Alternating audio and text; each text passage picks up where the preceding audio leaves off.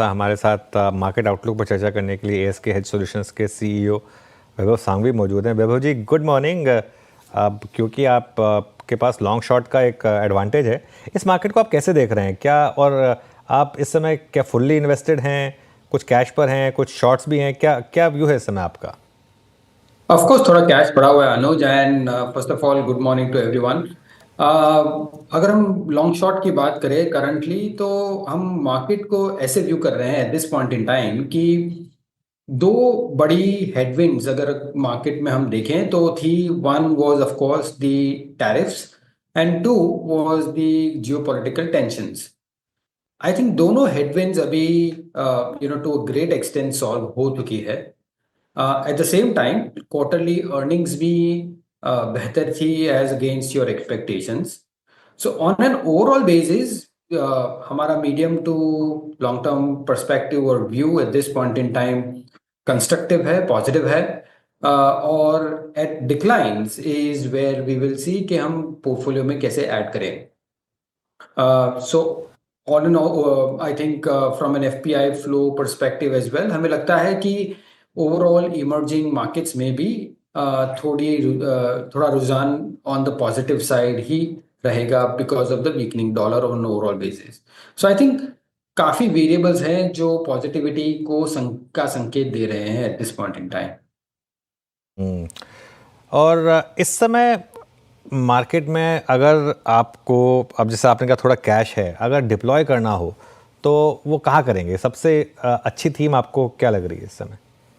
C I think हम काफी time से कह रहे हैं कि 25 26 ईयर और probably 26 27 as well are the years जहां हम कंजम्पशन रिवाइवल देखेंगे।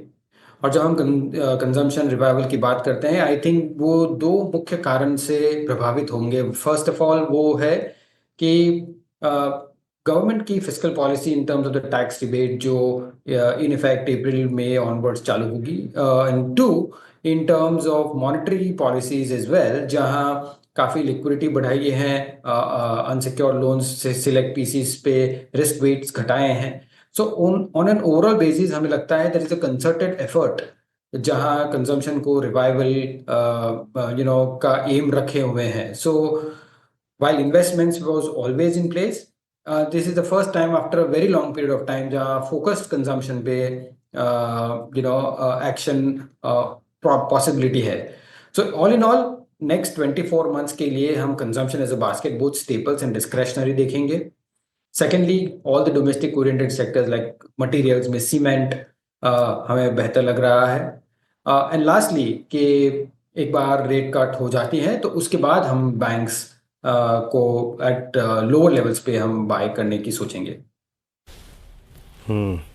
अच्छा वैभव जी, गुड मॉर्निंग। वीरेंद्र बोल रहा हूँ। अभी आप लोगों ने डिफेंस और रेलवे में क्या किया है? डिफेंस तो मेरे ख्याल से इस ऑपरेशन के बाद से ही बड़ा लाइमलाइट में था, इमरजेंसी एक्विजिशंस हो रहे हैं, और मेरे ख्याल से जब अगला बजट पेश कर रही होंगी निर्मला मैडम तो शायद ये 7 ट्रिलियन 8 साढ़े 8 ट्रिलियन जा चुका होगा। आपका डिफेंस पे व्यू क्या है? कैसे अलाइंड किया है आप लोगों ने डिफेंस पे अपने आप को? Absolutely Virendra, I think defence stocks में काफ़ी अच्छा मोमेंटम है। And secondly, nothing like having practical product demonstration in that sense. और इसी के कारण हमें लगता है कि काफ़ी export opportunities specially on the defence sector बढ़ेगी आगे जाके। नाउ एक बात तो तय है कि यहाँ से ऑर्डर बुक स्वेल होनी है, बट स्ट्रीट को सिर्फ यही ध्यान रखना है कि क्या वैल्यू आप पे कर रहे हो वो अपॉर्चुनिटी को कैप्चर करने के लिए। क्योंकि there is going to be an execution period time रहेगा, तो जेस्टेशन पीरियड को कैसे संभाले in between. But on overall basis, structural basis, I think the opportunity is very very huge. और अगर स्केल अप कर सकते हैं यहाँ से तो order books are only going to swell from here rather than decrease. Okay, अच्छा ये रही बात आपकी डिफेंस की। एक दो बास्केट पे और आते हैं, आई मीन जिसको हम शायद कमोडिटीज़ के अंतर्गत रखते हैं। कमोडिटीज़ में मेटल्स मैजिक बहुत स्ट्रॉन्ग हुआ है because of the China action, but what about chemicals? Chemical पे आपकी प्लेसमेंट कैसी है इस वक्त की? बहुत सारे stock futures all time high पे आ गए हैं, बहुत सारे जो ओवरसोल्ड थे वो रिवर्सल्स जनरेट कर रहे हैं। केमिकल्स में प्लेसमेंट कैसी है? आप क्या बाय कर रहे हैं, क्या अवॉइड कर रहे हैं इस वक्त? सी स्ट्रक्चरली इसमें दो मुख्य चीज है। One, first of all China plus one, and two it is largely also dependent on कि ग्लोबल ग्रोथ कैसे बैठ रही है। अगर ग्लोबल ग्रोथ में इंप्रूवमेंट होगी तो श्योरली केमिकल्स में एक पॉजिटिव मोमेंटम आ सकता है। But however eight this point in time हमें ये संकेत नहीं आ रहे हैं कि ग्लोबल ग्रोथ रिवाइवल की अपेक्षा है। ऑफ कोर्स यूएस और चाइना की ट्रेड डील होती है तो काफी ग्लोबली इकोनॉमिक ट्रेड सेटल हो सकता है, but I think we will wait for that.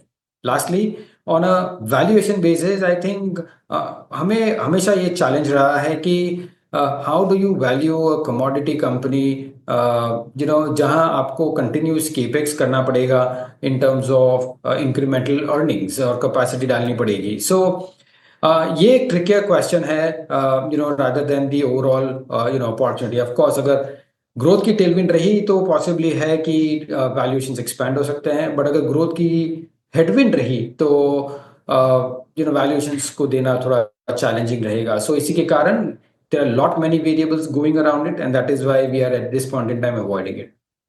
Okay, एक और स्पेस जहां शानदार बाइंग रही है वो है आपके कैपिटल मार्केट से रिलेटेड प्लेस।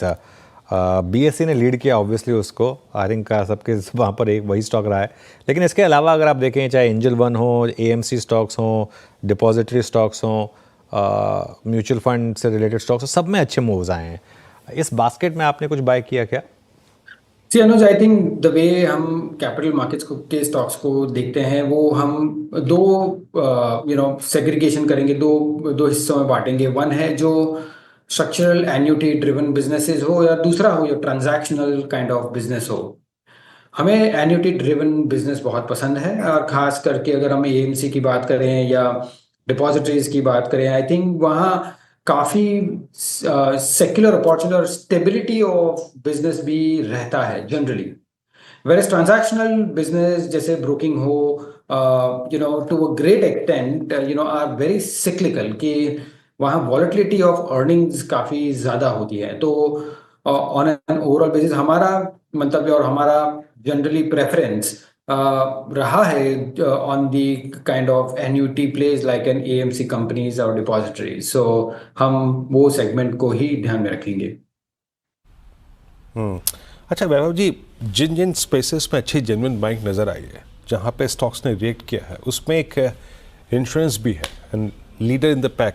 आई मीन आप देखिए HDFC life, SBI life, all trading close to their all time high.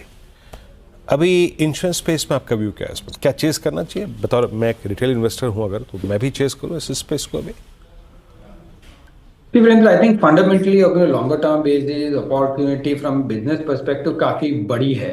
However, tactically अगर हम देखें तो जब भी रेट कट होते हैं तो आई थिंक उनके बुक्स पे काफी मुनाफा होता है on their existing debt holdings, और इसी के कारण हमें लगता है कि immediate quarterly earnings insurance companies में बेहतर रहेगी। इसी के कारण हम देख रहे हैं कि थोड़ा मोमेंटम भी आया हुआ है पूरे सेक्टर में, और प्रॉबेबली ये कंटिन्यू भी हो सकता है at least for some period of time, जब तक कि रेट कट का जनरल एनवायरनमेंट है या monetary policy is accommodative. So I think we are positive both on a tactical side and as well as on the longer term side as well. Alright Vaibhav ji, बहुत बहुत शुक्रिया आज हमारे साथ जुड़ने के लिए, एंड ऑल द बेस्ट आपको। Thank you. चलिए आगे बढ़ते हैं। हमारे